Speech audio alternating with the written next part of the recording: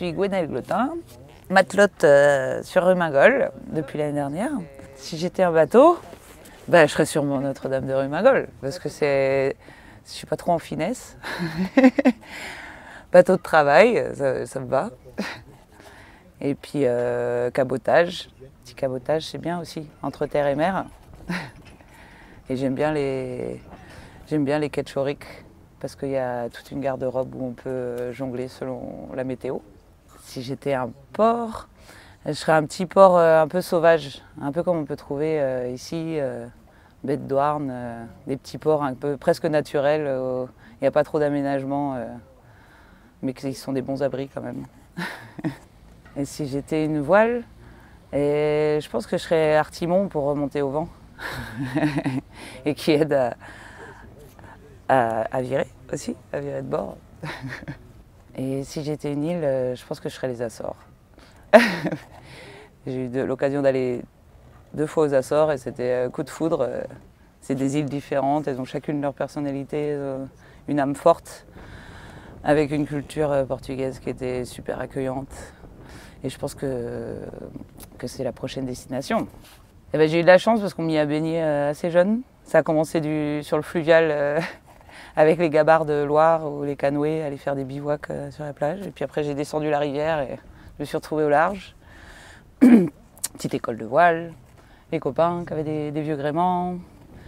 On a pu faire un grand festival de 2 mois aussi, à 11 bateaux, 80 personnes. Armada en Méditerranée. Il y a eu des convoyages, Transat aller, Transat retour. J'ai eu la chance d'être prise en gabière aussi au premier voyage avec l'Hermione. Donc la Transat aller vers les États-Unis. Pareil avec un retour avec un autre bateau de Terre-Neuve. Et puis plein de petites navigations, cabotage dans le coin, des petits convoyages aussi dans le coin. Entre les vieux grèmes et les bateaux de croisière surtout. Et puis j'ai mon petit dériveur qu'on m'a donné et qui est trop bien pour jouer. Ça fait quand même des années que je connais des gens qui travaillent sur Rumingol, donc c'était un bateau que je voyais depuis longtemps. Il y a 3 ans ça a été annulé, je devais déjà commencer. L'année dernière ça s'est super bien passé. L'assaut est super, ouais, bien active, ouverte à plein de projets. Et j'aime bien ce genre de bateau de travail. Avec des vieilles voiles auriques, et en plus qui s'y prête bien pour faire du bateau spectacle aussi. Donc c'est un ensemble entre partager les vieux bateaux traditionnels, mais aussi pouvoir faire de l'art vivant à bord. Et du coup, j'ai eu envie de refaire une année. Qu'est-ce que j'ai envie de leur transmettre? Plein de choses, que ce soit qu'est-ce que ce bateau il a vécu, comment les manœuvres elles se font.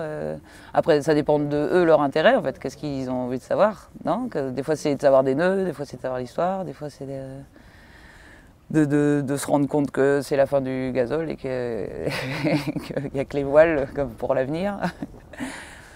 Et puis de revenir à un rythme, non, où on observe le paysage, on joue avec le vent, on n'est pas sur du bateau moteur rapide où on n'a pas le temps.